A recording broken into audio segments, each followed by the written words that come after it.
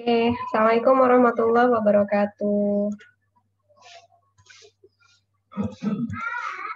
Waalaikumsalam warahmatullahi wabarakatuh. Waalaikumsalam warahmatullahi wabarakatuh. Boleh kalau videonya dinyalakan biar kita bisa lihat wajah ibu-ibu, wajah sumringah bahagia karena sudah selesai tugas domestik mungkin.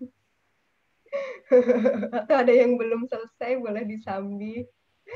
Baik, selamat pagi Ibu-Ibu, selamat datang kembali di pertemuan kedua kita di program literasi media digital dalam upaya untuk meningkatkan efikasi diri Ibu dalam mediasi parental ya. Dalam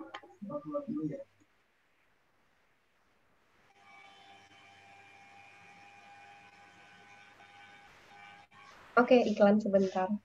Ya, ngomong-ngomong sebelum mulai acara, saya ucapkan dulu selamat Hari Jiwa Sedunia. Hari ini 10 Oktober, semoga kita selalu dalam keadaan sehat jiwa, sehat raga, semuanya. Amin, amin. Ibu-ibu yang selalu menjadi tokoh utama mungkin ya di keluarga, semoga kita semua sehat jiwa. Baik, kita buka dulu acara kita hari ini dengan yang Muslim boleh berdoa sesuai keyakinan masing-masing. Yang Muslim sesuai dengan agamanya, yang non-Muslim boleh menyesuaikan. Kita buka dengan basmalah. Bismillahirrahmanirrahim. Oke. Nah, sesuai yang sudah saya share di grup barangkali ya, kita masih punya 3 materi kaitannya dengan literasi media digital, yaitu terkait dengan penggunaan gadget pada anak. Kita akan belajar apa saja sih dampak yang bisa ditimbulkan dari penggunaan gadget pada anak.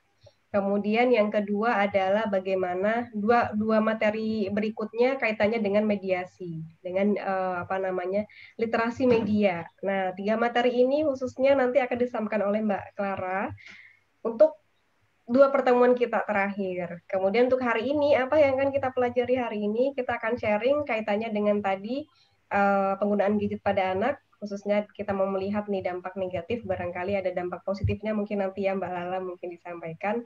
Dan satu lagi adalah materi tentang manajemen stres pada ibu. Nah, kita akan belajar bagaimana senam ROP, relaksasi otot progresif. Nanti ada Pak Son menyusul ya, karena kebetulan masih ada agenda, nanti menyusul. Jadi untuk tanpa mengulur waktu sepertinya ya, langsung saja saya persilakan Mbak Lala untuk bisa menyampaikan materinya. Barangkali Ibu sudah nggak sabar ini. Silakan Mbak Lala, waktu diserahkan. Baik. Minta ikut. Oke, sudah terlihat ya materinya ya? Ya, kelihatan Mbak. Oke, bismillahirrahmanirrahim. Assalamualaikum warahmatullahi wabarakatuh. Hari ini, alhamdulillah pertemuan kedua kita akan berbicara tentang efek dari media itu sendiri. Jadi bermacam-macam efeknya yang bisa kita lihat apa gitu ya. Nah, yang akan saya berikan di sini mungkin akan agak menyeramkan gitu buat ibu-ibu, karena saya mengambil kasus-kasus mulai dari yang paling ringan sampai yang paling berat gitu, yang bisa diakibatkan oleh kelalaian dari bermedia atau terlalu terlena dengan penggunaan media digital ini dengan semua keunggulannya. Nah, jadi nanti tapi nanti akan ada senam relaksasi ya, jadi semoga bisa mengimbangi karena biasanya ibu-ibu langsung panik nih kalau misalnya dikasih materi seperti ini, terus ya begitulah ya. Nanti kita lihat separah apa sih media digital ini bisa berefek untuk kehidupan kita, dan juga sepositif apa bisa bermanfaat untuk kehidupan kita.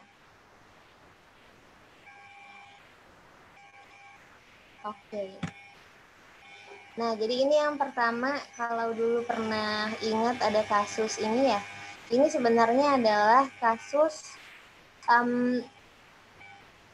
gara-gara pasang status, intinya gitu, gara-gara pasang status di sosial media.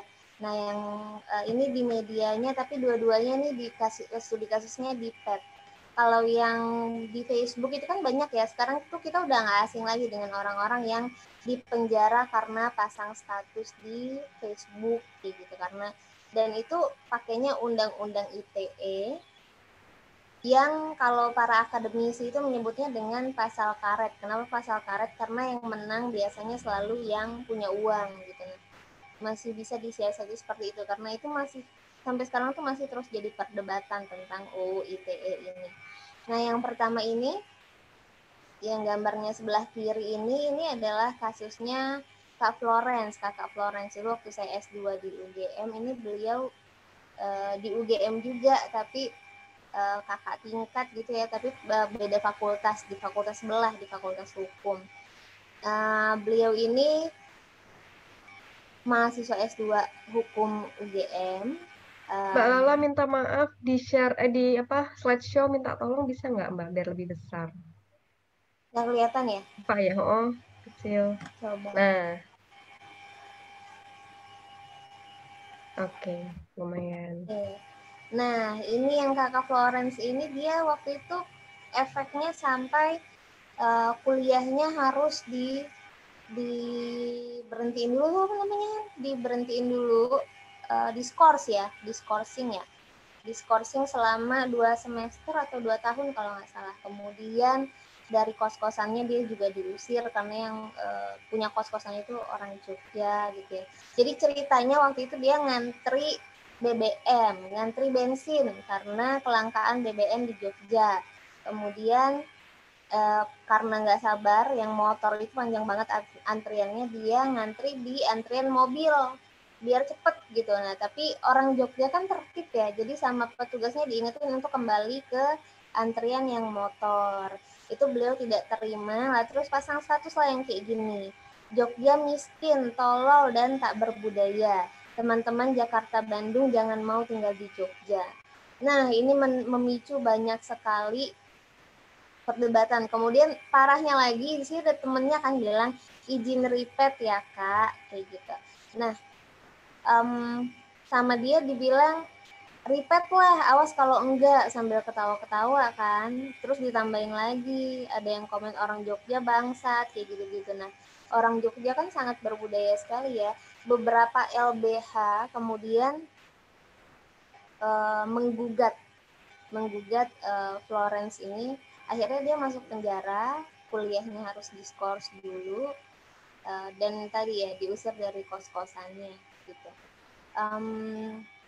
Sangat parah ya efeknya ya untuk seorang mahasiswa S2 gitu di universitas yang ternama juga gitu. Nah, kemudian kalau yang kasus yang kedua ini yang di sebelah kanan, ini tuh dulu kalau sempet ya, ini adalah anak SMP yang sebenarnya dia protes gitu karena dia setiap hari pergi ke sekolah itu nggak mudah, dia harus naik KRL. Nah, KRL di Jakarta itu kalau lagi penuh kan bisa sampai kita nggak bisa bergerak ya. Nah, dia tuh selalu datang pagi untuk nggak dapetin tempat duduk, tapi kalau misalnya ada ibu hamil,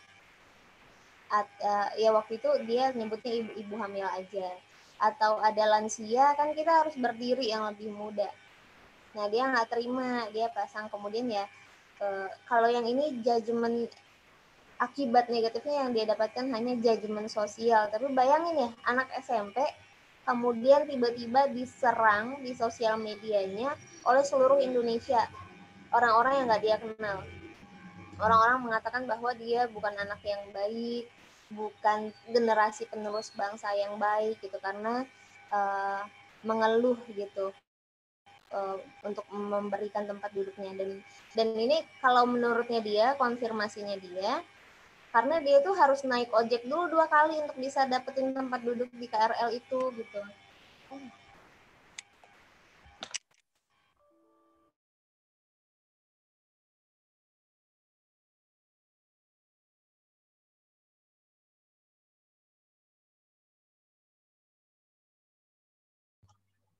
Ya, tunggu sebentar ya Ibu-Ibu. Sepertinya ada kendala sinyal mungkin Mbak Lala. Tiba-tiba hilang.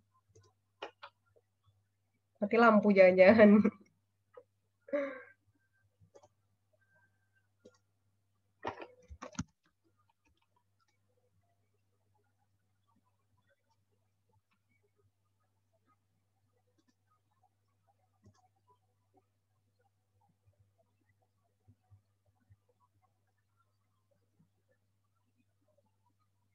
Nah, ada apa dengan Mbak Lala?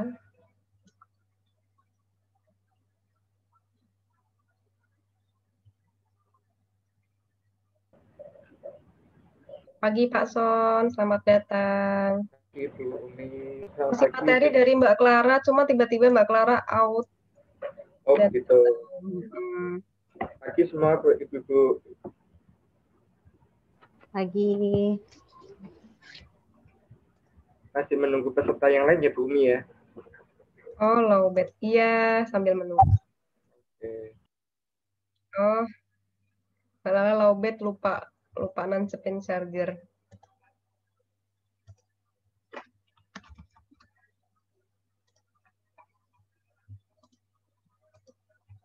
Ditunggu sebentar, boleh yang ada cemilan di depan. Dinikmati dulu sajiannya.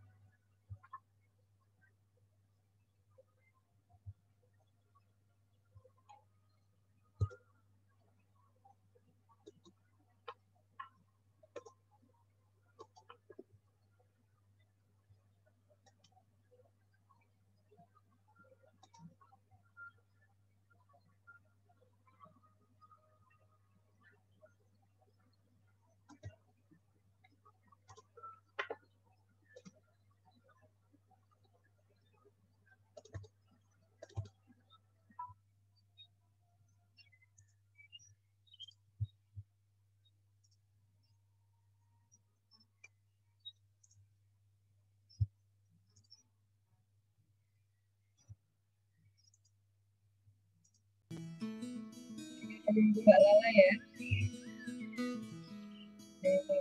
Oke.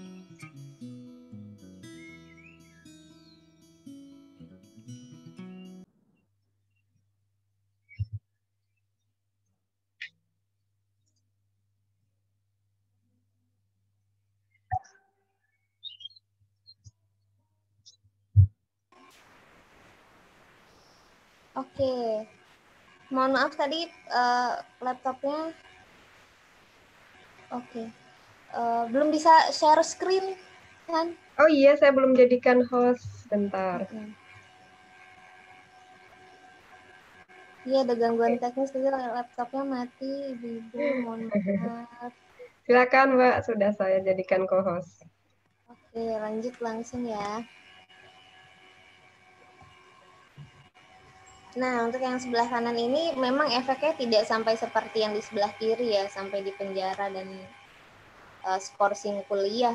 Tapi dia mendapatkan judgement sosial dari orang-orang yang tidak dikenal, tiba-tiba gitu kan, semua orang menyerbu pet-nya dia, bahkan sampai disebar di sosial media lainnya. Coba bayangkan ya, anak SMP tiba-tiba diserang, ya pasti mentalnya pasti akan sangat terganggu ya. Dan memang di sini dia bilang beliau ini, anak SMP ini memang kakinya itu agak pincang gitu, karena itu dia sangat membutuhkan tempat duduk di KRL itu. Ini kasus yang pertama, kasus dari pasang status di sosial media.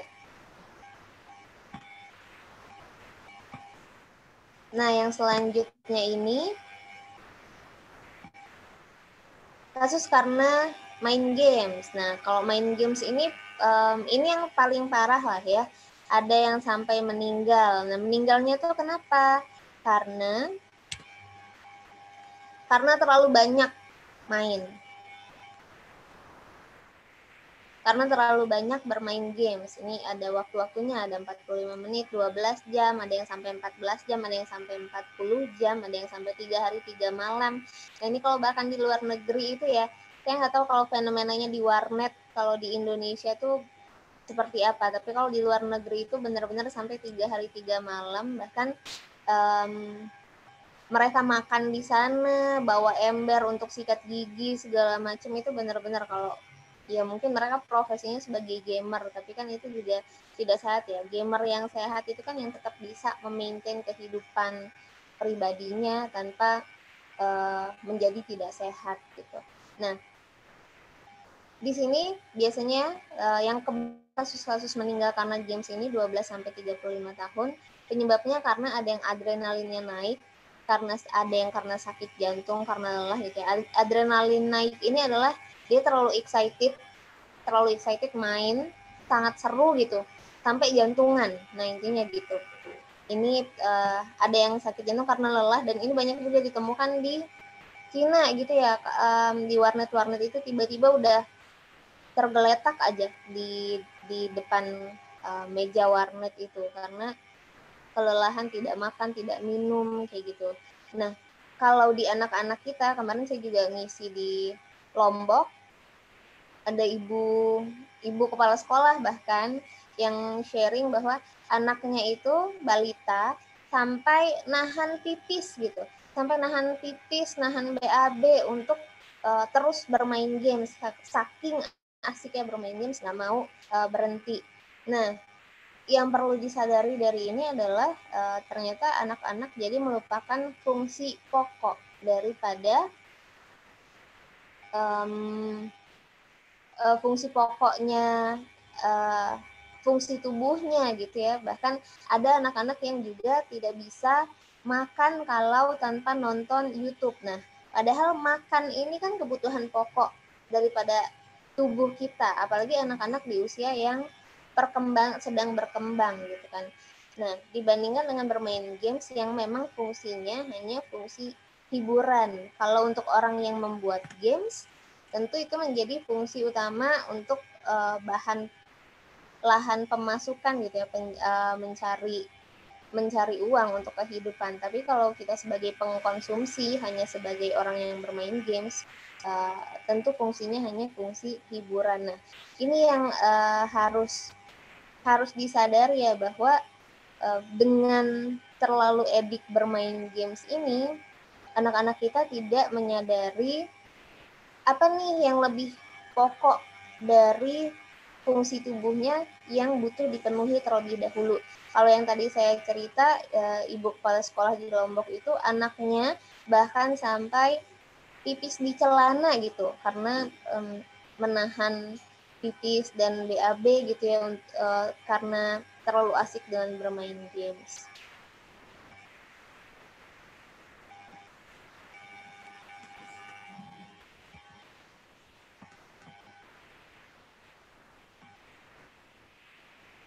Sebentar, ini tidak mau digeser. Oke, nah ini untuk kasus yang ketiga, ini sudah banyak sekali sih kita lihat juga ya.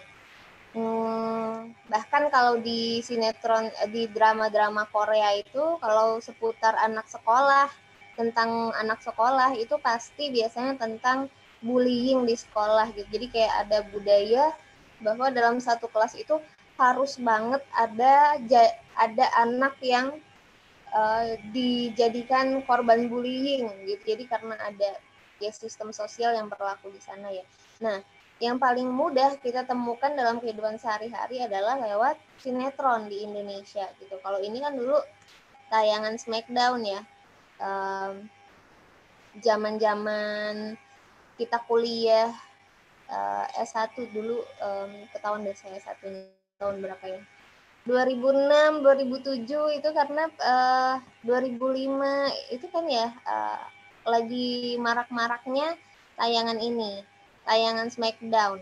Dan waktu itu efeknya sampai juga banyak anak-anak yang meniru aksinya, sampai ada beberapa yang meninggal. Kayak anak kelas 5, Smackdownin anak kelas 1, Smackdownin anak yang kelas 3, kemudian meninggal. Nah itu juga ada beberapa kasusnya.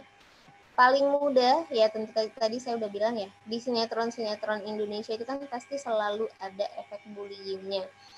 Sebagaimana materi yang saya ceritakan minggu lalu, perilaku bermedia anak-anak di pelosok itu mereka benar-benar mencontoh dan menjadikan tayangan-tayangan di televisi itu sebagai role model gitu, bahwa hidup itu ya harusnya seperti yang ditampilkan sinetron di televisi. Dan ya ini terjadi gitu. Cyberbullying juga sekarang kan sangat parah ya, bahkan pelakunya itu anak-anak SD yang sebenarnya mereka nggak paham apa yang mereka lakukan, apa yang mereka bicarakan dengan mengeluarkan kalimat-kalimat yang membuli orang lain.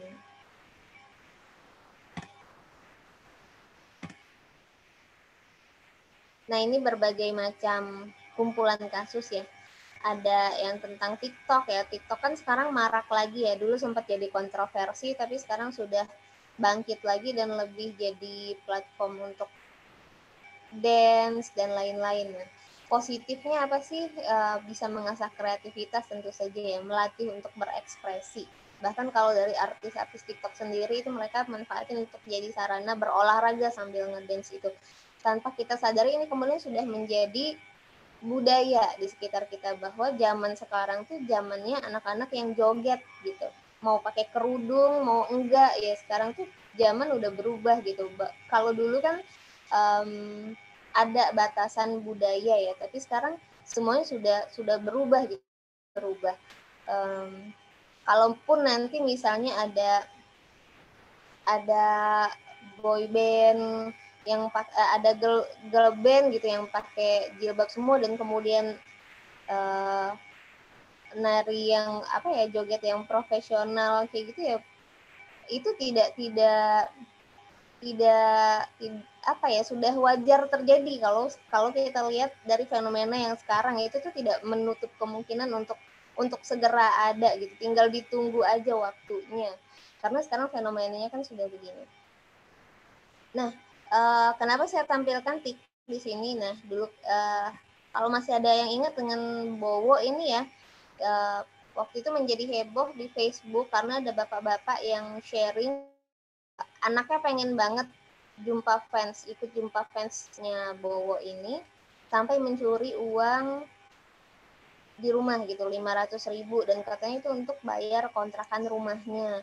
Nah, parahnya lagi kemudian setelah si anaknya pergi dengan mencuri uang itu hanya untuk ketemu artis TikTok ini, ayahnya pasang status lagi di Facebook, itu bunyinya minta tolong supaya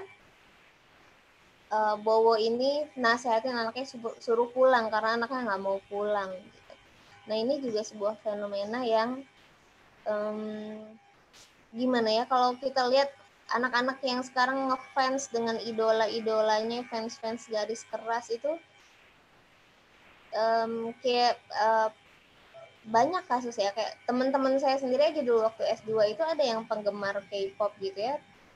Ketika idolanya datang ke Indonesia, mereka nonton konsernya dengan harga tiket yang jutaan, tapi tempatnya itu sudah tempat yang paling ujung gitu kan. Kemudian saya bertanya, apa sih asiknya nonton konser kayak gitu? Belum lagi ongkosnya ke Jakarta, waktu itu di Jogja posisinya. Belum lagi ongkosnya ke Jakarta, belum lagi ongkos penginapannya.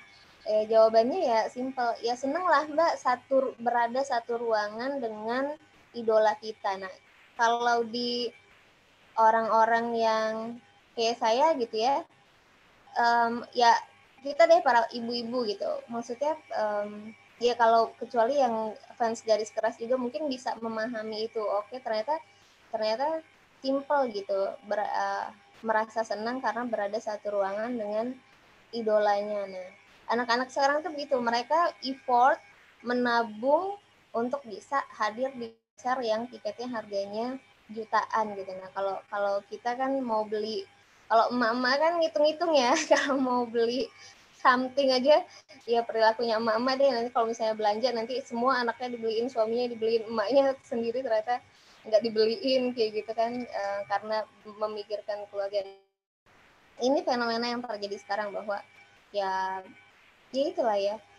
Kemudian yang ini ada artis Nafa Urbah, kemarin sudah saya ceritakan ya, yang anaknya foto anaknya diupload di Instagram, kemudian diincar orang pedofili sampai kemudian dia melaporkan dan orang itu berhasil ditangkap alhamdulillahnya. Dan memang pedofili gitu, pengkonsumsi pornografi anak.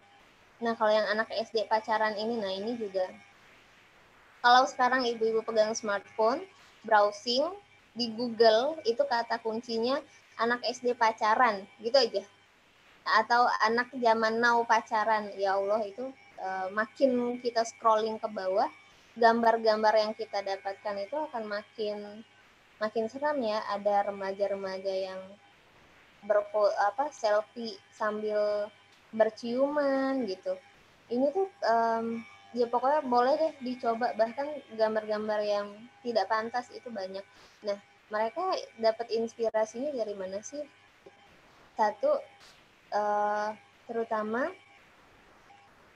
tayangan televisi ya, kemudian yaitu tayangan-tayangan pacaran itu kan sangat menginspirasi, dan tambah lagi kan sekarang memang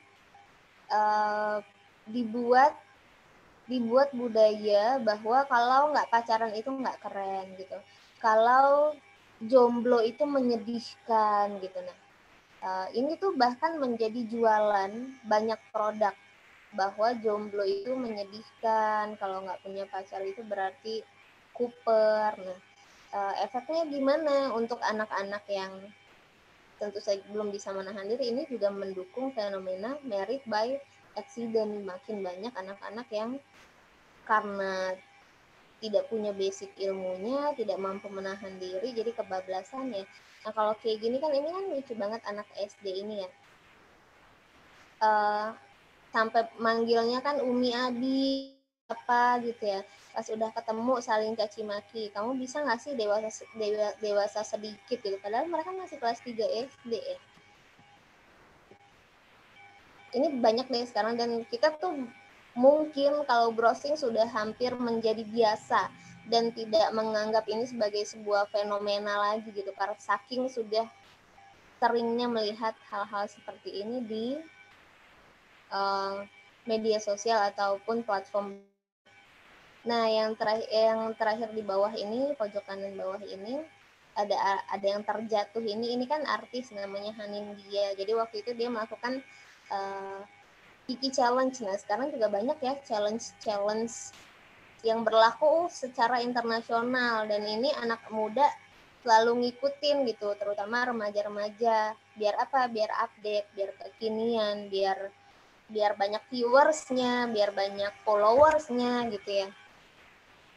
Jadi jadi Kiki Challenge ini adalah tantangan untuk menari sambil di-shoot dari mobil yang sedang berjalan gitu. Nah, ini masih mending nih, dia efeknya terjatuh, videonya berhenti waktu dia jatuh gitu ya, dan ada suara temennya menertawakan. Habis itu nggak ada lagi kelanjutannya. Tapi di beberapa kasus di luar negeri juga banyak yang akhirnya nabrak tiang, nabrak hewan, bahkan tertabrak kendaraan lain sampai patah tulang leher dan lain-lain. Itu gara-gara Kiki Challenge. Kemudian ada lagi yang challenge menelan bubuk kayu manis. Menelan bubuk kayu manis. 1 sendok makan itu langsung menelan 1 sendok. Nah, itu tantangan yang berlaku di seluruh dunia. Banyak yang kemudian beberapa ya tersedak kemudian meninggal, itu ada kasusnya. Challenge untuk eksis di dunia maya seperti ini akan terus ada. Bahkan kemarin ada challenge yang mau melakukan apapun kalau dia kalah main games, itu sampai nyebur di danau, kemudian melakukan aksi-aksi kayak kissing, kayak gitu di depan kamera gitu. Dan ini mereka bangga melakukannya ya, dan anak-anak itu karena jiwa remaja, jadi masih tertantang untuk melakukannya.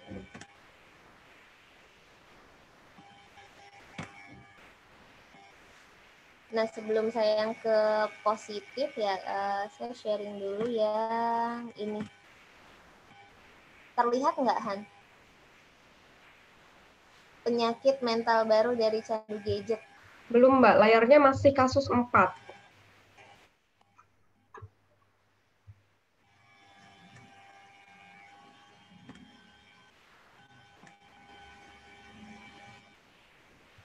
Tidak terlihat ya? FOMO, penyakit mental baru itu. Ya. Nah, sekarang juga banyak muncul penyakit mental baru dari candu gadget. Beberapa ya, ada yang namanya FOMO di sini, fear of missing out, kecemasan karena media sosial, jadi merasa tertinggal. kalau tidak se-update yang ada di media sosial. Misalnya orang-orang lagi pada piknik, dia juga harus ikutan piknik. Kalau enggak dia merasa tertinggal. Nah, ini efeknya apa? Efeknya bisa merasakan kecemasan, depresi, dan selanjutnya. Kemudian ada lagi selfitis. Selfitis ini adalah obsesi swafoto. Indikatornya kalau sudah lebih dari 3 kali sehari. Bahkan ada yang sampai ribuan sehari selfie. Kemudian ada lagi gaming addiction. Ini kecanduan main games. Ini juga sudah masuk ke dalam penyakit mental baru sekarang. Sudah masuk ke dalam penyakit mental ya. Karena banyak juga yang ya seperti saya ceritakan kemarin ya, ada yang kehilangan pekerjaan, ada yang sampai bercerai gitu. Kemudian ada lagi nomofobia, no mobile phone phobia. Nah, tapi saya rasa kita nomofobia deh.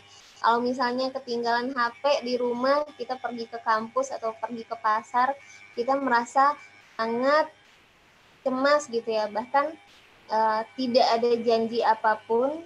Ini misalnya weekend kita yang memang kita kondisikan untuk tidak diganggu ataupun berurusan dengan orang lain, tapi kita cemas gitu. Sebentar-sebentar kita merasa kita harus mengecek alasannya simpel, takutnya ada WA, takutnya ada yang message aku gitu, takutnya ada yang mengirim pesan kepada saya. Nah, ini sudah masuk gejala nomofobia gitu.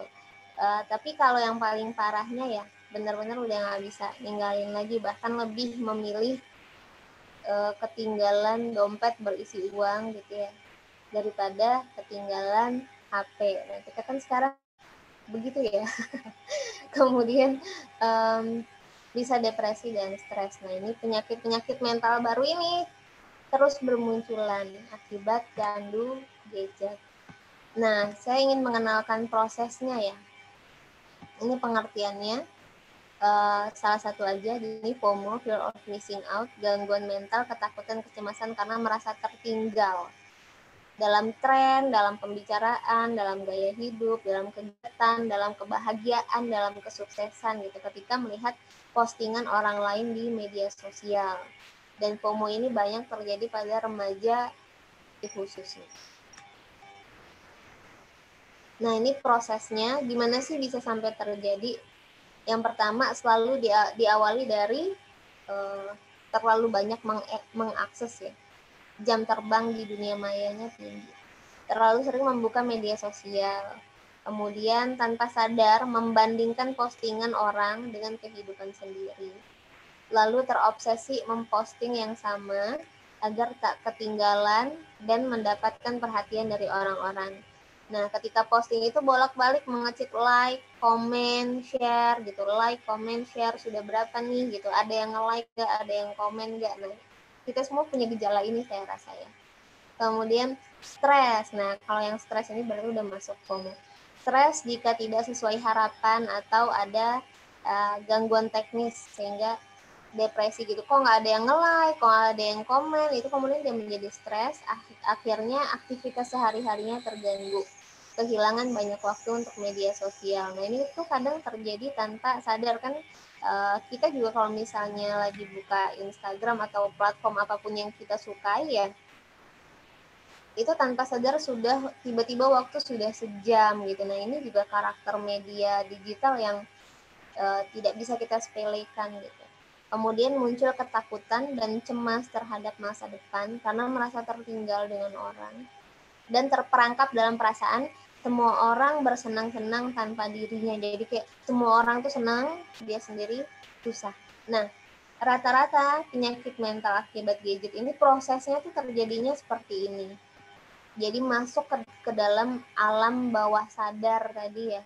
Makanya tadi sangat berkait padahal kita kayak tepat banget gitu materinya hari ini karena hari ini hari kesehatan jiwa juga kan ya. Kadang tuh kita emosi tanpa sadar oleh konten media. Kayak misalnya sekarang juga kebetulan saya tuh sedang ada permasalahan di besar ya, sampai bawa-bawa ke media sosial juga.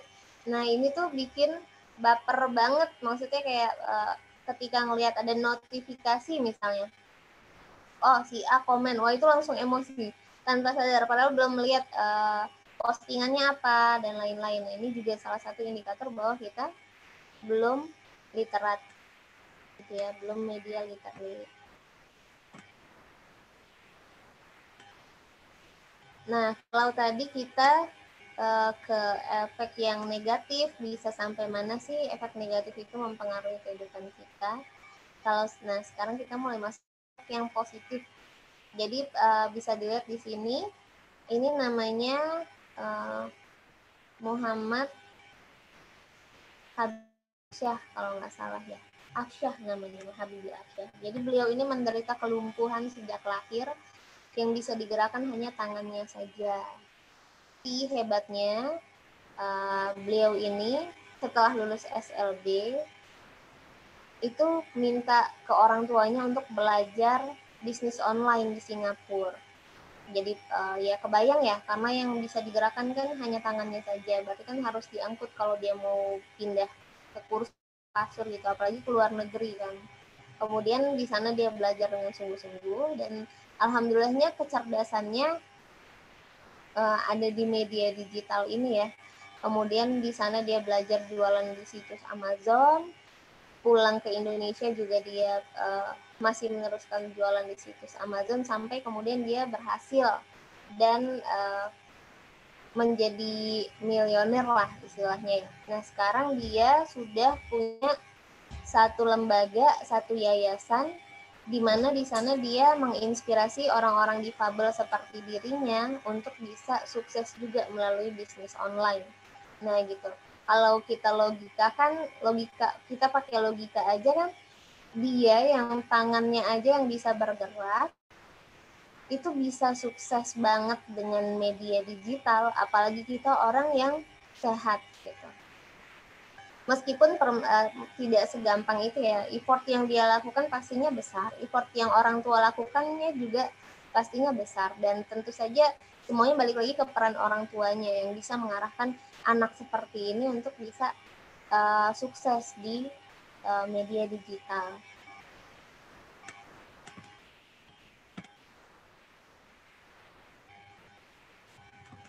Oke, yang selanjutnya adalah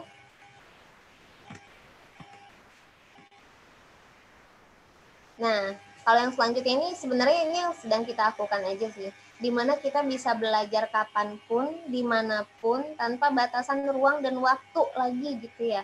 Bahkan ya ini seperti yang kita lakukan sekarang, mau belajar bahasa Inggris, mau belajar bahasa Spanyol, mau kuliah di Oxford pun sekarang banyak course-course singkat yang universitas nomor di dunia gitu, banyak yang buka short course untuk bisa kita ikuti dari rumah kita aja gitu, nggak usah keluar kamar, bahkan kita sudah bisa melihat dunia jauh lebih luas dan mendapatkan manfaat dari itu. Sebenarnya kan media digital ini diciptakan untuk hal-hal seperti ini gitu. Nah ini kalau masih ada yang ingat dulu One Day One Juice, ini kan juga sebuah fenomena media digital yang sangat luar biasa ya, dimana kemudian mengaji 1 juz per hari itu menjadi tren gitu. Lewat apa? Lewat artis-artis yang kemudian mempublikasikan di media sosial, mengajak untuk bersama-sama ikut ke dalam One Day One Juice ini. Dan gerakan ini kan akhirnya berkembang ya, menjadi one day one ayat, kemudian one day one hadis, one day one write gitu ya, ada yang sehari harus nulis dalam 1 hari. Nah dan ini dampaknya luas sekali gitu, kebermanfaatannya untuk masyarakat melalui gerakan-gerakan seperti ini. Nah yang selanjutnya ini adalah file, bentar ya.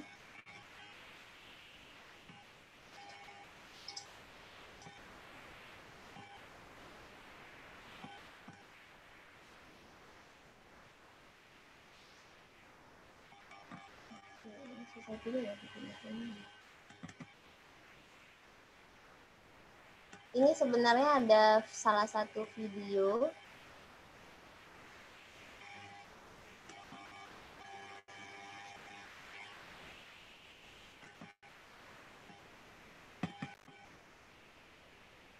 Kalau video kita sebelum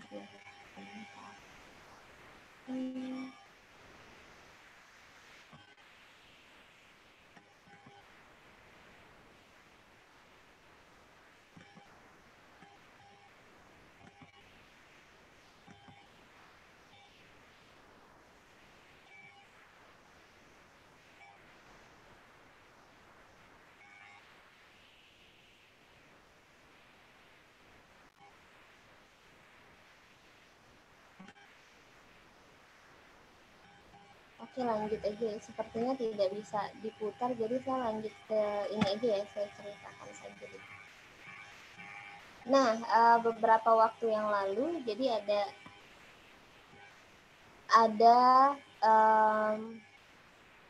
ada berita tentang bahwa ada Iron Man di Indonesia, gitu.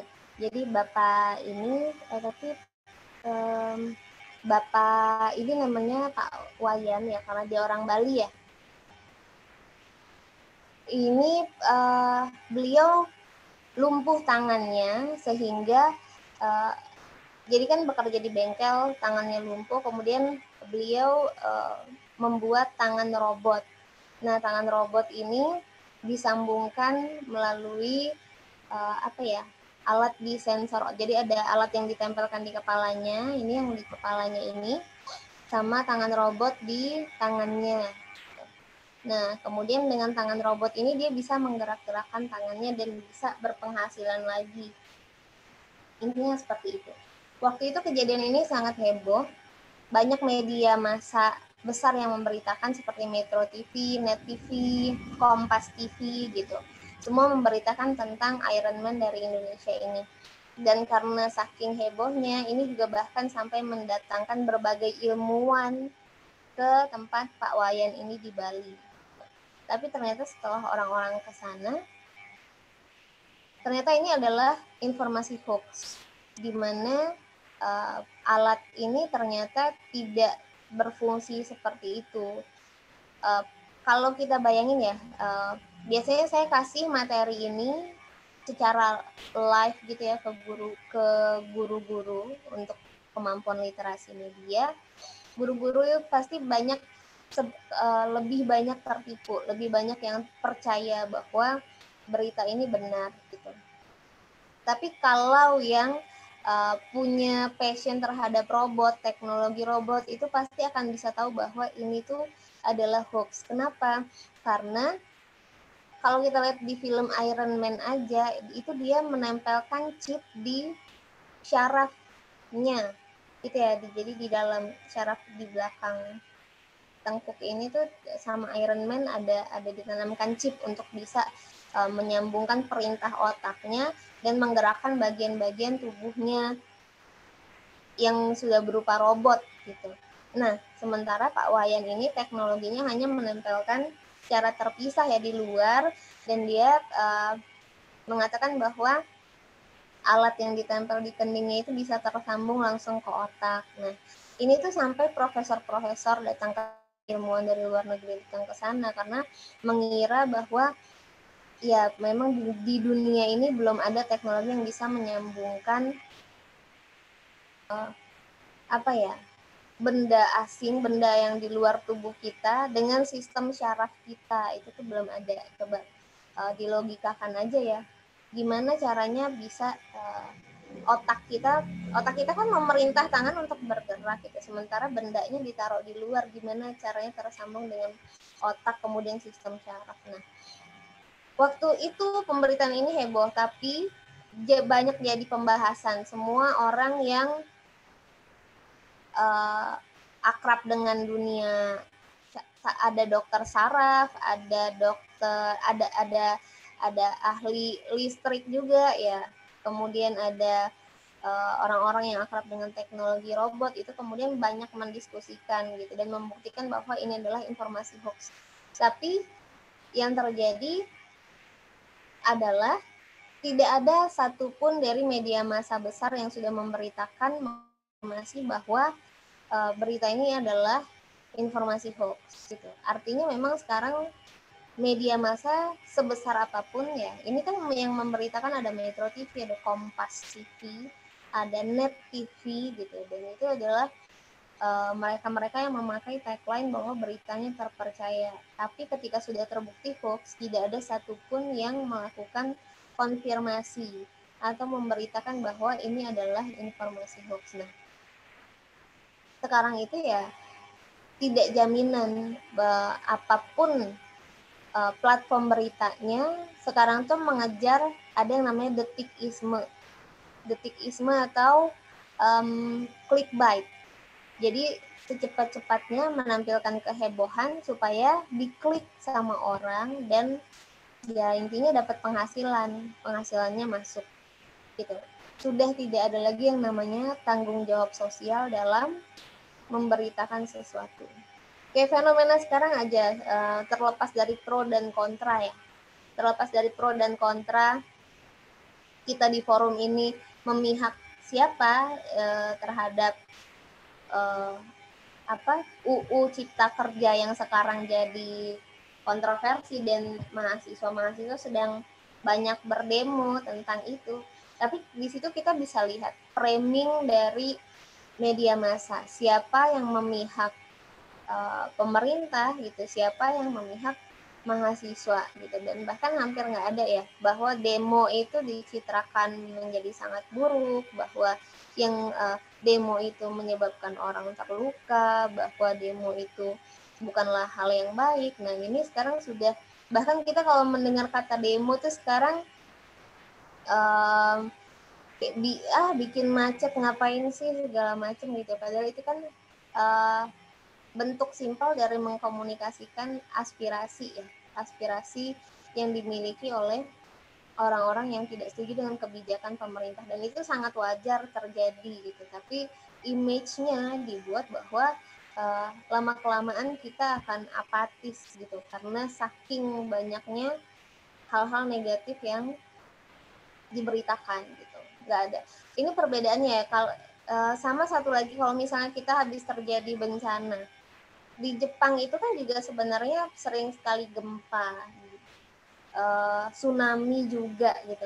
Tapi perbedaannya adalah media massa di Jepang itu tidak pernah memberitakan kayak yang selalu berlarut-larut dengan kesedihan ya.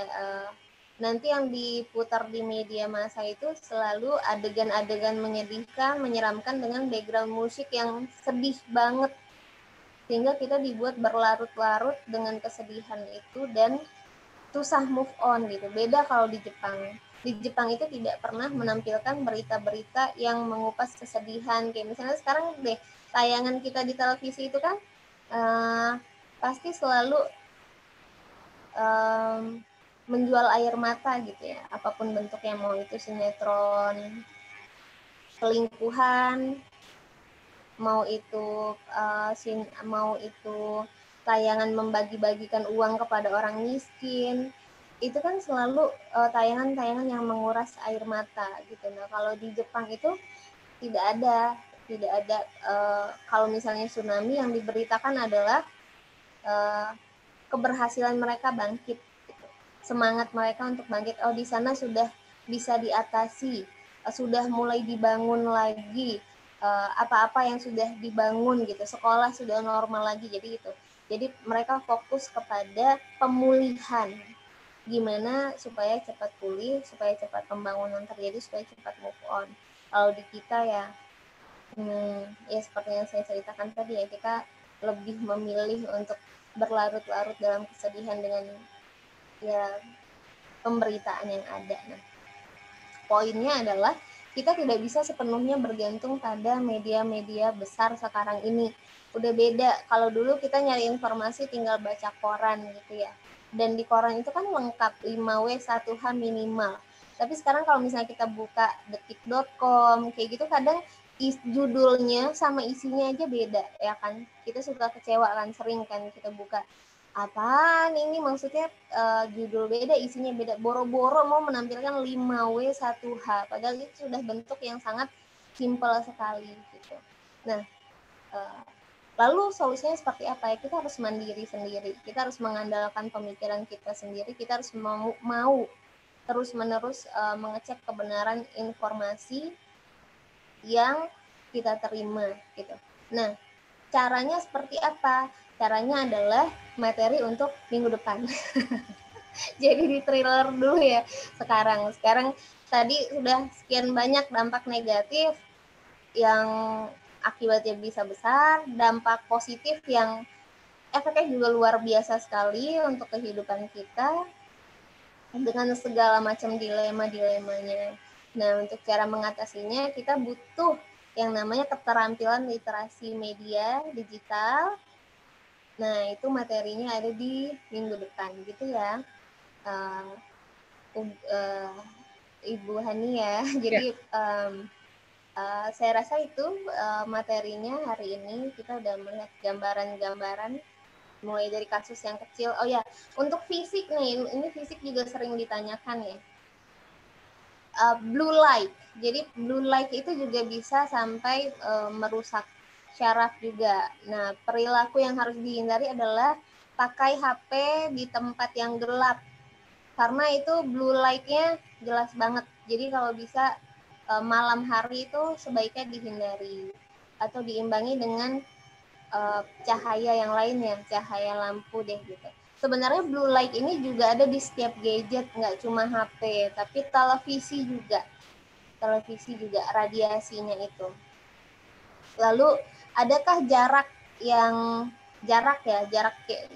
kalau perihal jarak itu sama aja kayak baca buku sebenarnya 30 cm aja. Jadi ini menjaga mata anak-anak juga karena sekarang kan belajar semua via gadget. Nah, ini mata perhatikan kesehatannya.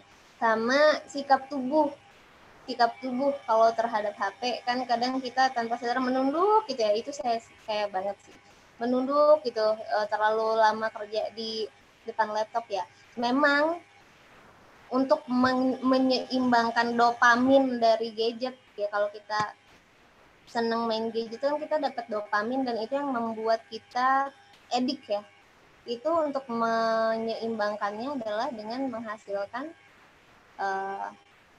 zat-zat lain ya, enzim-enzim lain ya, serotonin dan lain-lain dengan cara berolahraga. Memang itu. Jadi cara sehat untuk mengimbanginya adalah dengan tetap menjaga kesehatan tubuh kita dengan berolahraga. Oke, kalau ada pertanyaan silahkan. Ya, pas sekali Mbak Lala, saya ngitung materi untuk Mbak Clara dialokasikan 10 menit baru saya mau semprit peluitnya. Alhamdulillah pas dengan selesainya materi Mbak Clara. Silakan Bapak Ibu sebelum kok Bapak Ibu paslonnya sudah keluar ya. Paslon kebetulan sinyalnya naik turun jadi keluar masuk terus. Ibu kalau ada yang mau ditanyakan silakan.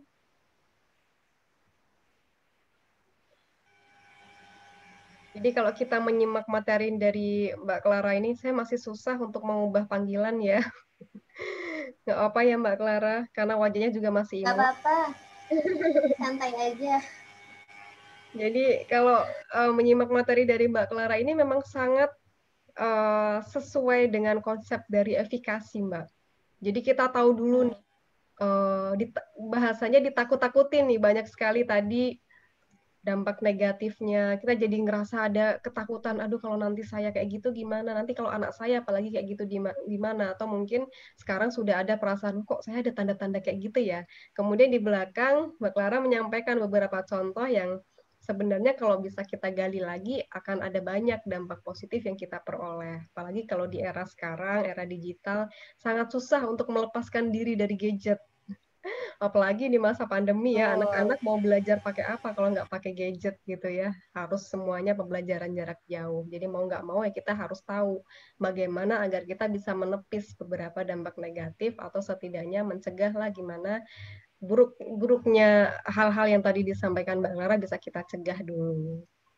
Gitu, sebelum ke materi kedua silakan kalau ada yang mau didiskusikan nih. Bu Aini, Bu Ani, Ibu Kristina, Mbak Dina, Bu Emma, Bu Gelis, Bu Imelda, saya panggil satu persatu ya. Bu Jenny, Bu Santi. Assalamualaikum, mau nanya boleh ya Silakan. Bu Clara? Silakan.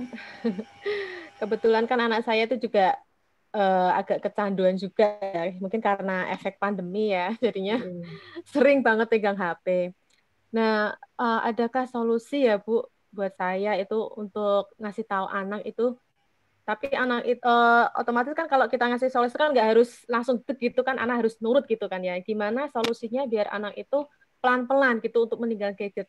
Saya sih udah berusaha ya seperti itu, tapi kan saya kan kebetulan anak saya masih satu gitu kan ya. Temen juga dia di lingkungan sini cuman beberapa aja gitu. Ada nggak Bu solusinya? Usianya berapa anaknya? 8 Bu tahun, Emma? kelas 3. Kelas 3 SD. Iya. Untuk materi yang lalu, apakah sudah mengikuti atau belum? Saya sudah sih ikut kemarin. Cuman mau tanya Mm-mm. udah keburu waktunya habis. Iya. Nah, sebenarnya ya memang tidak bisa langsung, karena nanti ya pastinya anak akan tantrum ya kalau kita tiba-tiba menerapkannya. Parental mediation yang kemarin itu ada 5 langkah. Jadi memang langkah awalnya sebaiknya anak diberi pengertian dulu, Bu. Diajak bicara 4 mata, kemudian dipahamkan fungsi HP. Nah, seringkali kita itu kan tidak memahamkan terlebih dahulu ya, kita tidak mengkomunikasikan fungsi HP itu sebenarnya hakikatnya buat apa sih gitu. Yang pertama kan dia ada fungsi informasi, memang untuk sebagai alat untuk mencari informasi ya, termasuk materi pembelajaran. Yang kedua fungsi edukasi, memang itu untuk belajar gitu ya, kayak tadi contohnya belajar jarak jauh seperti yang kita lakukan sekarang. Yang ketiga itu memang diciptakan untuk membantu mencari uang gitu, memang untuk berpendapatan, jadi memang bukan untuk main games gitu.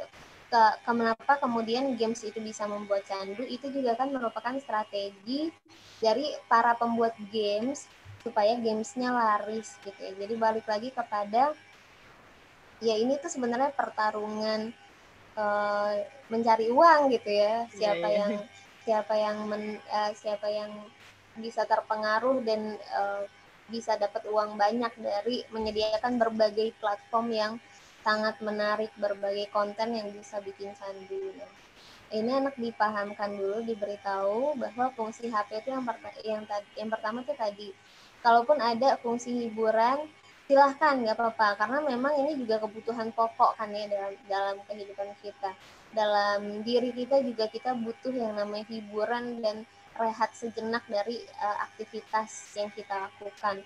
Nah, tapi pastikan ketika misalnya kita mencari fungsi hiburan itu beneran didapatkan, bisa dengan mengkomunikasikan.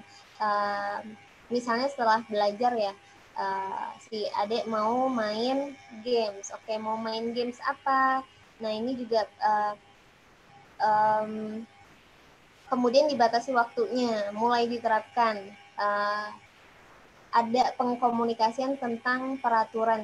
Kemarin ya ada pembatasan teknis, ada pembatasan waktu, konten, dan jam gitu. Tempat juga, di mana saja anak bisa memainkan gadget. Kalau misalnya lagi di rumah nenek atau lagi di rumah tante, boleh nggak? Nah, ini dikomunikasikan. Tapi memang harus ada alternatifnya. Nah, untuk alternatifnya ini, kalau anak-anak kan masih berubah-ubah, jadi bisa tergantung. Tapi saya tetap menyarankan pilih mainan-mainan edukasi yang bisa mengembangkan motoriknya untuk anak-anak terutama kan, karena memang kebutuhan anak-anak itu, kebutuhan perkembangannya anak-anak usia SD kan memang motorik dan bersosialisasi dengan teman sebaya gitu. Nah, di tengah pandemi ini kan memang susah gitu untuk berinteraksi dengan punya teman sebaya. Kenapa sih harus dua ini?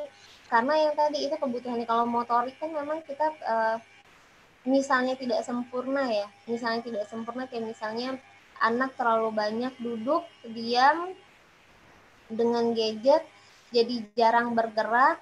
Itu nanti kalau jarang bergerak kan bisa jadi obesitas, akibatnya nanti bisa juga nanti pertumbuhannya kalau jalan itu jadinya nggak seimbang gitu. Efeknya tuh di masa depan bukan di masa sekarang gitu. Dan yang bisa membatasi itu karena anak-anak belum tahu, jadi memang anak harus diarahkan. Kemudian juga sambil nonton tayangan paling favoritnya apa anaknya Bu Emma? Favoritnya dia itu kartun kayak apa ya? Kayak apa hero-hero gitu loh, kayak Spider-Man gitu. Nonton-nonton kayak Oh, gitu aja. oke, Spider-Man ya. Nah, kalau Spider-Man yang harus diwaspadai adalah uh, konten kekerasannya ya.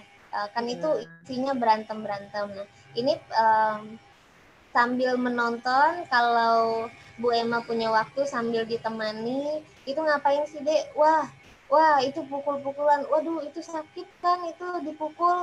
Coba bayangin deh, itu bagus nggak kayak gitu. Nah, dengan ditanamkan terus menerus ya, mana yang positif, mana yang negatif, tapi juga harus diimbangi. Jangan karena kita mau menghentikan, jadi kita kayak nanemin yang jelek-jeleknya aja gitu ke anak-anak, karena anak-anak juga pasti nanti tahu lama-lama ya ini pasti Umi mau pisahin aku dari gadget ya, makanya kayak gitu ya. Anak-anak tuh cerdas banget, makanya saya kalau misalnya memberikan atau ngobrol tentang yang seperti ini, saya tidak akan berbicara di depan anaknya, karena anak-anak pasti tahu dan iya. bisa mencari trik-trik lain gitu. Iya, jadi terus ditanamkan. Kalau ada yang positif dari tayangan Spider-Man itu, misalnya Spider-Man-nya menolong menangkap copet gitu. Wah, ini juga bagus nih. Ini bagus gitu ya, menolong orang lain itu bagus gitu. Ditanamkan kepada anak mana positif, mana negatif kayak gitu. Terus menerus, nah lama-lama nanti anak itu juga akan bisa punya pemikiran, oh ternyata ada bagusnya ada tidaknya ya, mungkin. Tapi anak tidak akan mengkomunikasikan hal ini, tapi yang bisa melihat perubahan itu adalah orang tua sendiri. Nanti Bu Emma sendiri yang akan melihat perubahan setelah ditanamkan yang positif dan negatif, sampai akhirnya pasti anak-anak akan memilih gitu. Nah, kalau ibunya bekerja, misalnya Bu Emma bekerja sehingga tidak punya waktu untuk memantau, gimana caranya? Setiap kali ketemu aja, setiap kali ada kesempatan, misalnya sambil berangkat misalnya naik angkot atau di mobil ya berdua, itu diajakin ngobrol aja. Adek, tadi nonton apa di gadget? Spider-Man. Kenapa Spider-Man-nya? Apa yang disukai, apa yang tidak disukai? Kalau dia cerita tentang suatu hal, oh kayak gitu bagus nggak deh? Bisa nggak kita contoh dalam kehidupan sehari-hari? Mungkin nggak ya? Nggak mungkin kan ya? Nah kayak gitu. Jadi dengan adanya banyak komunikasi ini, kita juga jadi masuk ke dunia anak, kita nggak jadinya dekat gitu ya dengan dunia anak, dan bisa memahami apa sih yang disukai anak dari konten-konten yang mereka tonton, sehingga mereka nggak jadi jauh gitu. Kalau kita langsung strict melarang, itu anak-anak juga akan defense jatuhnya. Jadi keuntungannya banyak dengan banyak berkomunikasi tadi. Lalu bisa mulai diterapkan pelan-pelan, dan tadi jangan lupa ada pengganti mainan edukatifnya, sama yang kemarin 5 langkah parental mediation. Oh, Baik. Ya, diskusi yang sangat Gimana Bu menarik Emma? ya dari Bu Emma. iya, terima kasih ya Bu Ya, Clara atas ininya masukannya. Sebenarnya ada lagi sih, tapi untuk Boleh, yang lain boleh, aja. boleh, boleh ya Bu silakan. Emma Tapi karena sudah terbayang belum? Sudah terbayang belum karena gimana? terbatas waktu juga, jadi Iya, iya. diskusinya diperpanjang. Makanya ada grup WhatsApp. Sebenarnya feel free untuk bisa posting kalau ada konsultasi, langsung saja ada Mbak Clara di grup itu juga. Oh iya, Memang boleh ya dari kalau awal di. grup WhatsApp juga Oh iya. dibuka untuk konsultasi terbuka selama masa periode program ini, Bu. Boleh kalau Oh iya, iya. yang Ya, lain makasih. ada pertanyaan, Sama-sama Ibu. sekiranya konsultasi, silakan disampaikan di grup. Nah, kalau misal malu di grup, Japri juga sepertinya welcome ya, Mbak Clara ya. Apa-apa. Dengan saya, Ya, dengan Pak Aswan juga silakan. Oke, Ibu-Ibu, karena waktu juga terbatas, kita masih ada satu materi. Semoga masih semangat ya. Insya Allah tidak lama untuk materi yang kedua, karena kaitannya dengan manajemen stres untuk ibu-ibu, terutama tadi sudah mendapatkan materi dari Mbak Clara. Lumayan ya. Saya rasa sebagai ibu yang punya anak, cukup punya ketakutan tersendiri, menjadi stresor ya istilahnya, menjadi sumber stres untuk kita. Kita coba lihat. Oke. Ada beberapa hal yang bisa kita diskusikan. Bisa terlihat ya layar saya? Bisa. Bisa Mbak, bisa. Oke, kita lihat kaitannya dengan manajemen stres ibu. Jadi kalau kita hubungkan dengan hari ini ya, momennya memang tadi disampaikan Mbak Clara sangat pas. Hari ini hari jiwa dunia. Semoga yang nanti kita sampaikan ini juga bisa menjadi modal untuk kita menjadi ibu yang sehat, tidak hanya sehat fisik, tapi juga sehat jiwa. Karena saya rasa peran sebagai ibu itu bukan peran yang mudah, tapi bukan berarti tidak mungkin untuk kita jalankan dengan sebaik-baiknya. Baik, kita kenalan dulu dengan apa namanya stres ya. Apa sih stres? Kalau ngelihat gambar di sini ya, apalagi kalau ibu tidak memutuskan untuk tidak menggunakan asisten rumah tangga, dalam otaknya mungkin ada cabang-cabang kalau kita masuk ke otak ibu-ibu ya, setrikaan, jemuran, apalagi cucian, masakan, anak-anak, belum lagi terkait dengan mediasi parental ini. Nah, itu kalau kita tidak pandai dalam memutuskan bagaimana untuk menyikapi, bisa jadi nanti kita lama-lama menjadi ibu yang tidak sehat jiwa. Itu yang program ini juga salah satunya bagaimana kita bersama-sama menjadi ibu yang sehat untuk melakukan peran dalam mediasi parental ini. Jadi kalau kita lihat stres ini kan dialami ketika situasi dirasa melebihi kemampuan yang dimiliki, dirasakan ya, bukan berarti sebenarnya. Rasanya kok berat ya jadi orang tua mendampingi di masa-masa digital kayak gini. Saya sanggup nggak ya? Nah, itu menjadi sumber stres tersendiri. Atau ketika realita tidak sesuai harapan, kita berharap anak-anak kita itu nurut sama kita misalnya. Kalau disuruh stop, stop, lihat handphone. Tapi nyatanya tidak selalu demikian. Nah, itu bisa jadi menjadi sumber stresor bagi ibu. Nah, ini ya, ada beberapa sumber stres yang bisa kita lihat. Bisa jadi karena sakit. Semoga ibu-ibu di sini semuanya sehat fisik ya. Menderita sakit apapun, kemudian kehilangan pekerjaan barangkali di situasi pandemi sekarang juga saya rasa banyak impact ke perekonomian keluarga barangkali, masalah keuangan termasuk masalah keluarga. Nah, barangkali kemampuan kita yang dalam kutip dipertanyakan untuk bisa menjalankan mediasi parental ini juga mungkin bisa menjadi sumber stresor. Jadi bagaimana kita merasa yakin, di awal saya sampaikan ya, efikasi diri ini menjadi hal penting agar kita tidak stres dalam menjalankan peran kita. Nah, apa saja dampak stres? Pastinya bisa dibilang kita kalau secara jiwa itu sehat, yang tadinya capek mungkin hilang. Mungkin kalau dikaitkan sama ibu-ibu secapek apapun kerja rumah tangga, kalau sudah dipuji sama suami mesti langsung hilang capeknya ya.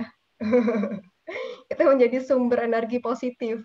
Lihat anak-anak mau makan, itu rasa capek kita masak seharian misalnya juga hilang. Nah, itu yang dibilang kalau selama kita stres bisa diatasi, maka masalah fisik pun sebenarnya bisa dimaksimalkan bahwa kita bisa sehat. Sehingga ketika stres tidak bisa diatasi, berdampak juga pada kondisi fisik yang menurun. Atau mungkin perilaku negatif, ibu jadi sering dikit-dikit marah, anak salah dikit, ngerti nggak sih jadi ibu tuh capek bla bla bla. Lah, sebagai anak jadi juga jadi anak-anak capek main gitu ya. Nah, ini kadang kita karena stres yang tidak terkelola dengan baik akhirnya membuat orang lain menjadi kambing hitam barangkali. Kasihan ya anak-anak jadi kambing hitam. Kemudian emosi juga tidak stabil, gangguan kemampuan berpikir mungkin jadi pelupa karena kita susah untuk konsentrasi ya. Jangan sampai beberapa dampak ini menjadi dalam tanda kutip alasan kita para ibu untuk mengkambing hitamkan anak tadi. Karena stres akhirnya peran kita untuk bisa memediasi anak-anak di masa digital ini kurang optimal juga ya.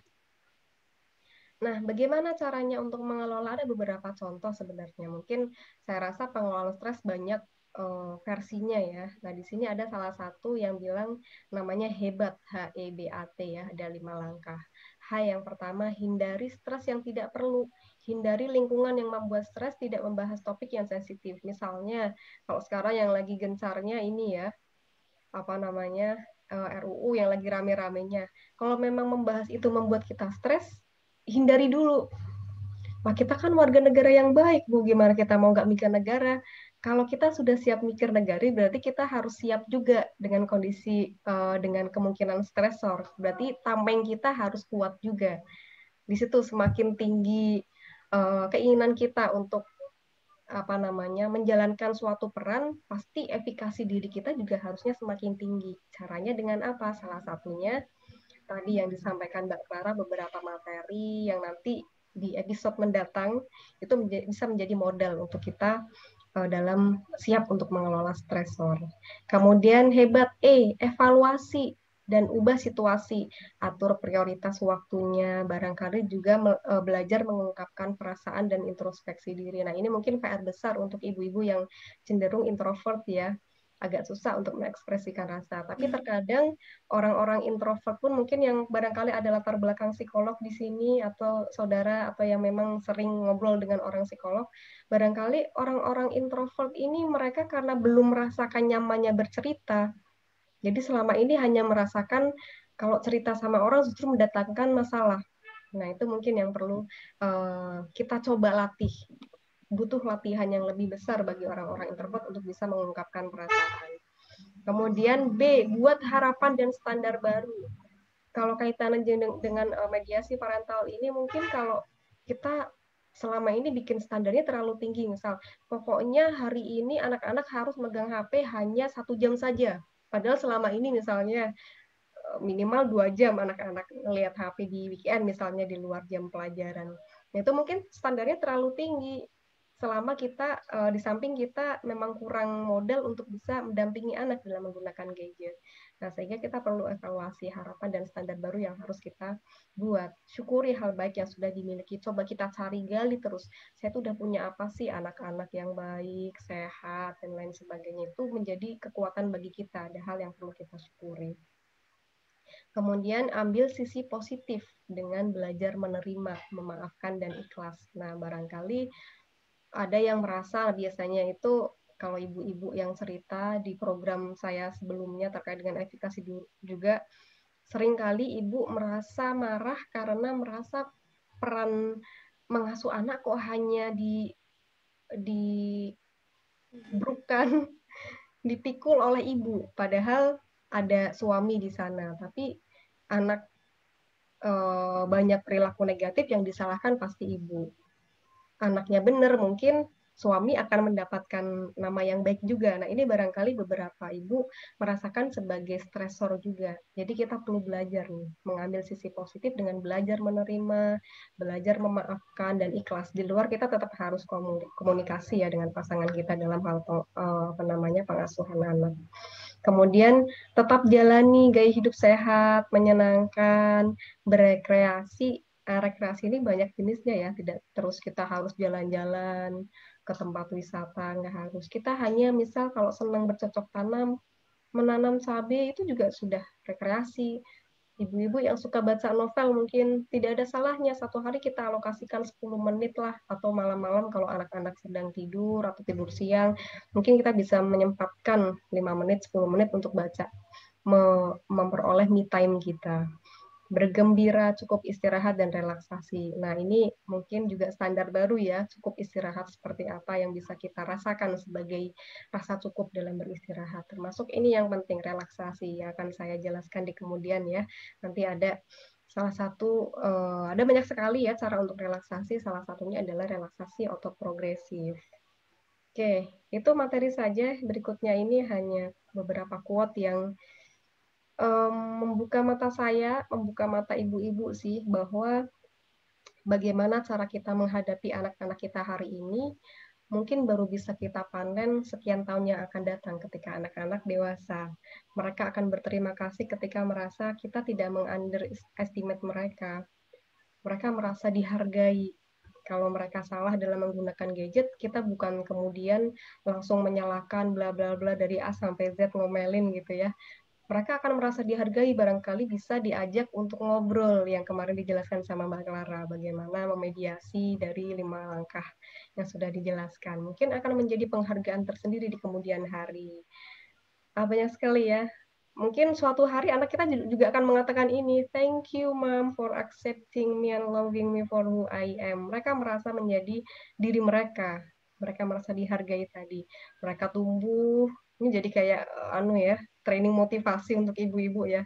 Tapi benar-benar ini juga menjadi energi positif untuk saya pribadi ketika menemukan beberapa quote ini. Mereka juga berterima kasih untuk setiap waktu mungkin kita mengalokasikan di tengah kesibukan kita bisa mendampingi anak-anak dalam hal ini untuk mendampingi dalam penggunaan gadget ya. Thank you for always checking up on me, even up to now that I am a full-grown adult and living independently. Jadi mereka merasa bisa independen, merasa bebas. Bagaimana kita menyikapi yang barangkali menurut kita perilaku negatif anak ya, tapi selama kita bisa menyikapi dengan bijak, suatu hari mereka akan berterima kasih.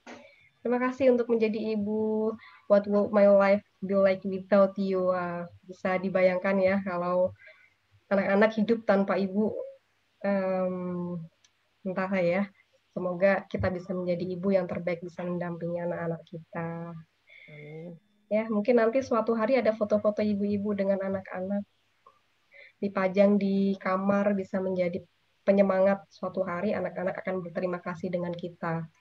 Walaupun kalau menjadi ibu mungkin tanpa pamrih ya, tidak sama sekali mengharapkan terima kasih, tapi suatu hari melihat mereka tumbuh dengan baik, menjadi orang yang baik, orang yang benar, itu sudah menjadi motivasi.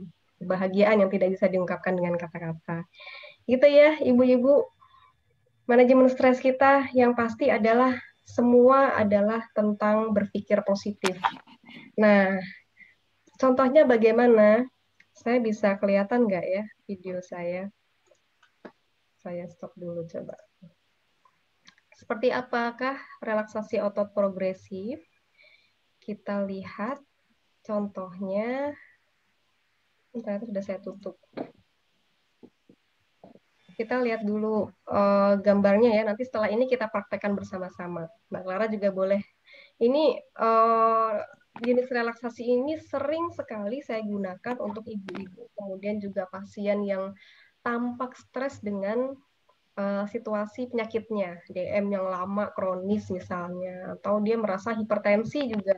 Karena dengan relaksasi ternyata bisa menurunkan tekanan darah. Banyak sekali studi yang sudah membuktikan. Kita lihat ya.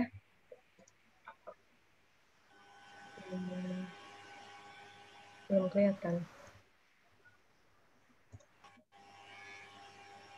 Oke. Ini gerakannya. Nanti kita akan lebih lihat gerakannya bagaimana di video. Jadi ada beberapa gerakan yang bisa kita praktekkan. Yang pertama, yang pasti kita posisinya duduk santai. Ya, duduk santai, kalau perlu ada kursi yang bisa untuk bersandar, atau kalau lesehan mungkin yang dekat tembok kita bisa nyantai bersandar. Gerakan pertama adalah tangan menggenggam. Ya. Kemudian gerakan kedua nanti kita hitung, biasanya 10 kali hitungan menggenggam.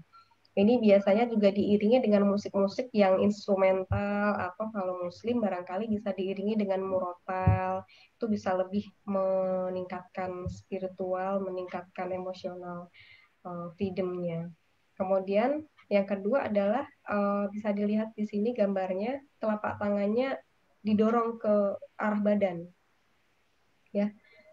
Gerakan berikutnya adalah gerakan melatih otot bicep tuh lengan atas ya. Jadi kita menekan, tangannya ditaruh di pundak sambil terasa menekan di bagian otot lengan atasnya. Jadi nggak cuma ditaruh di pundak aja, tapi kita merasakan ada di tekan. Gitu ya. Nah, kemudian gerakan selanjutnya gerakan melatih otot bahu. Jadi bahunya diangkat ke atas. Yang kelima, mengerutkan dahi dan alis. Jadi dahi sama alisnya ya dikerutkan, ini melatih otot dahi. Kemudian gerakan menutup mata dengan keras. Ini melatih otot mata, benar-benar matanya itu dipejamkan tapi nggak cuma merem, dipejamkan sampai kayak meremas kelopak mata kita. Kemudian gerakan ketujuh adalah gerakan mengatup rahang melatih otot rahang. Jadi mingkem tapi benar-benar yang mengatupkan rahang atas dan rahang bawah. Kemudian yang kedelapan adalah gerakan memoncongkan bibir. Nah ini harus nggak boleh malu-malu, benar-benar memoncongkan bibir melatih otot mulut. Jadi benar-benar jadi kalau bisa ketemu langsung itu bisa lebih enak sama-sama karena semuanya juga merem kan, lebih enak, lebih rileks ketika kita bisa merem. Kemudian gerakan ke-9 meletakkan kepala ke kursi. Duduk aja, tiduran bersandar di kursi. Itu bisa merilekskan. Kemudian gerakan membawa kepala ke muka sampai dagunya itu menyentuh di dada. Ini biasanya kerasa banget di otot belakang. Apalagi kalau ibu-ibu banyak aktivitas domestik, seringkali lupa bahwa ada otot-otot yang kerasa tegang, jarang dirilekskan. Nah itu sebenarnya beberapa latihan di sini bisa merilekskan. Kemudian gerakan membusungkan dada, ini latihan otot punggung. Benar-benar duduk tegak membusungkan dada. Jadi kerasa di punggungnya itu kerasa didorong. Biasanya kalau ibu-ibu juga suka mungkin klotek kanan, klotek kiri gitu ya. Sebenarnya seperti ini pun cukup untuk bisa menekan otot di punggung. Kemudian gerakan latihan dada. Itu sandaran tapi dadanya berasa dibusungkan. Kalau tadi kan ini dibusungkan tapi duduk tegak. Kalau ini sambil bersandar. Kemudian gerakan latihan otot perut. Jadi kerasa perutnya tuh ditekan ke dalam.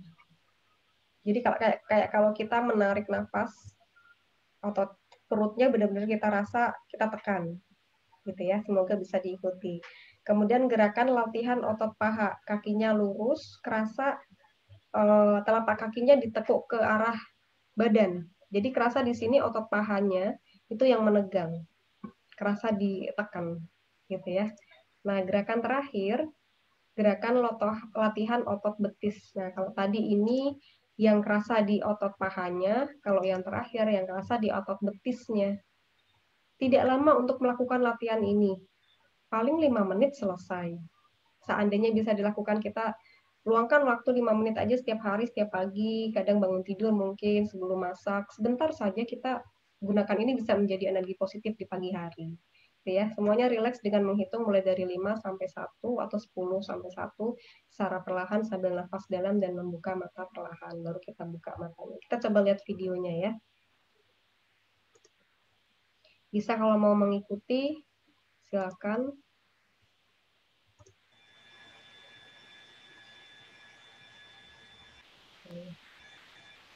Tadi sudah saya ikutkan musiknya belum ya?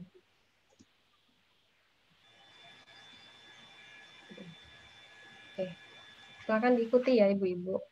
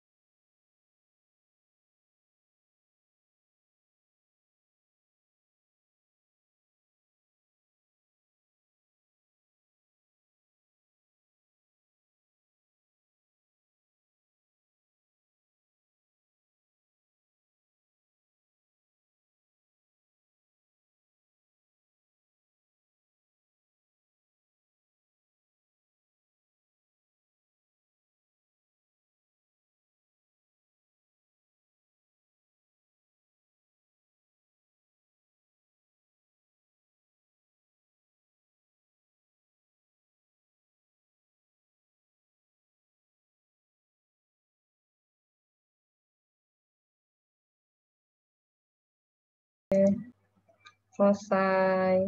Nanti mungkin bisa diterapkan, video bisa saya kirim nanti ya materi ini untuk bisa dilatih di rumah masing-masing. Oke, Ibu-Ibu, untuk hari ini, pertemuan hari ini memang lebih dari 1 jam ya. Semoga materi yang disampaikan Mbak Clara bisa diambil manfaatnya. Begitu pula terkait dengan manajemen stres bisa kita aplikasikan di rumah masing-masing. Sampai sini sebenarnya ada yang ingin saya diskusikan untuk pertemuan selanjutnya, karena pertemuan selanjutnya adalah pertemuan terakhir kita. Setelah ini saya akan cek and recheck ya untuk data alamat lengkap dan juga alamat lengkap sama nomor handphonenya untuk bisa kita distribusikan terkait fasilitas Ibu untuk mengikuti kegiatan ini. Untuk pertemuan selanjutnya sebenarnya karena tadi kan materi dari Mbak Clara menurut saya sih sangat urgent untuk bisa diketahui tata laksana yang bisa kita persiapkan untuk menyikapi beberapa dampak negatif dari penggunaan gadget anak tadi. Nah, sebenarnya kami ingin menawarkan untuk tidak berentang 1 minggu ke depan, tapi bisa kira-kira kapan ibu-ibu bisa meluangkan. Mungkin kalau malam bisa ditanyakan ke Mbak Clara, barangkali Ridi, saya rasa tidak masalah ya untuk materi malam ya Mbak Clara. Bisa. Karena biasanya sepertinya Mbak Clara juga ngisi pelatihan-pelatihan semacam ini kalau ke ibu-ibu biasanya juga malam lebih fleksibel ya Mbak. Iya.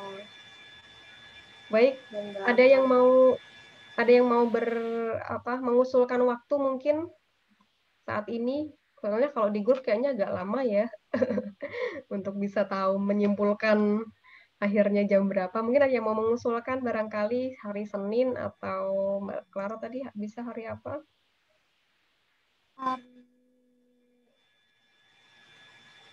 Senin bisa jam 10 mulai jam 10 pagi. Kalau siang di weekday tapi pagi, apakah memungkinkan ibu-ibu kalau Senin jam 10 yang saat ini hadir memungkinkan nggak ya? Masih online anak-anak kalau hari belajar Senin sekolah ngajak. daring. Oh iya. Masih nemenin daring, Bu. Iya. Sekolah. Daring. Ya. Malam aja. Malam Ini hari apa, Bu? Senin malam? mulai jam 7 malam gitu. Mbak Clara Terus Bada Isa. Iya, Bada Isa. Bisa.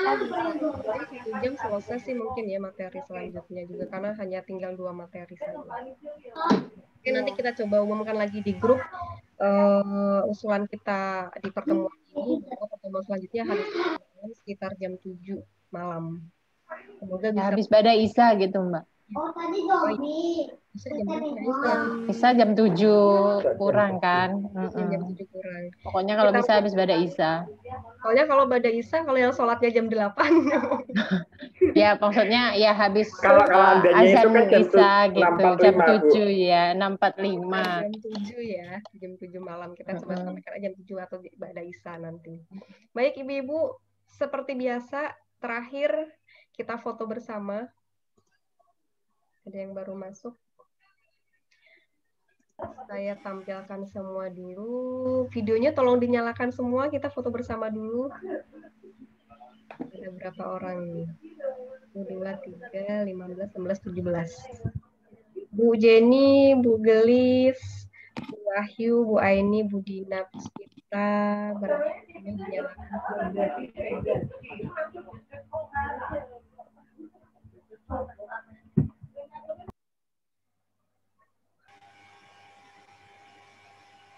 Oke, kita foto ya. 1, 2, 3. Saya kirim dulu. Sekali lagi. Nah, Bu Wahyu sudah nampak. Bu Aini mau menampakkan sama Mbak Dina. Bu Nia Ulfita, kita foto bersama.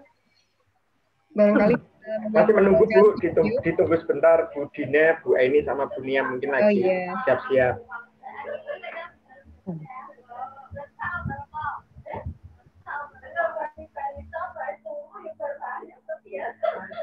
Oke, Bu Nia. Bu Dina, Bu Aini. Aryani. Tadi si kecil mana Bu Aryani? Kalian kalau ada anak-anak di situ boleh diajak.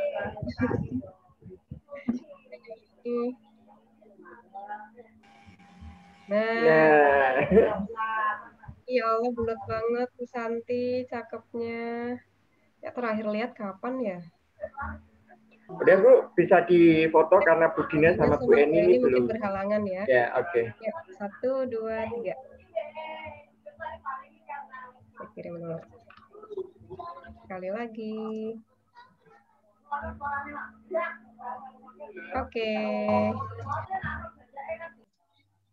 Terima kasih Ibu sekali lagi kesempatannya, waktunya untuk meluangkan kita belajar bersama. Sekali lagi semoga bermanfaat, bisa diaplikasikan ilmu yang kita bagikan, keberkahan bersama. Amin. Memiliki. Saya tutup. Terima kasih. Assalamualaikum warahmatullahi wabarakatuh. Waalaikumsalam warahmatullahi wabarakatuh. Terima kasih. Ya, terima kasih Ibu. Waalaikumsalam.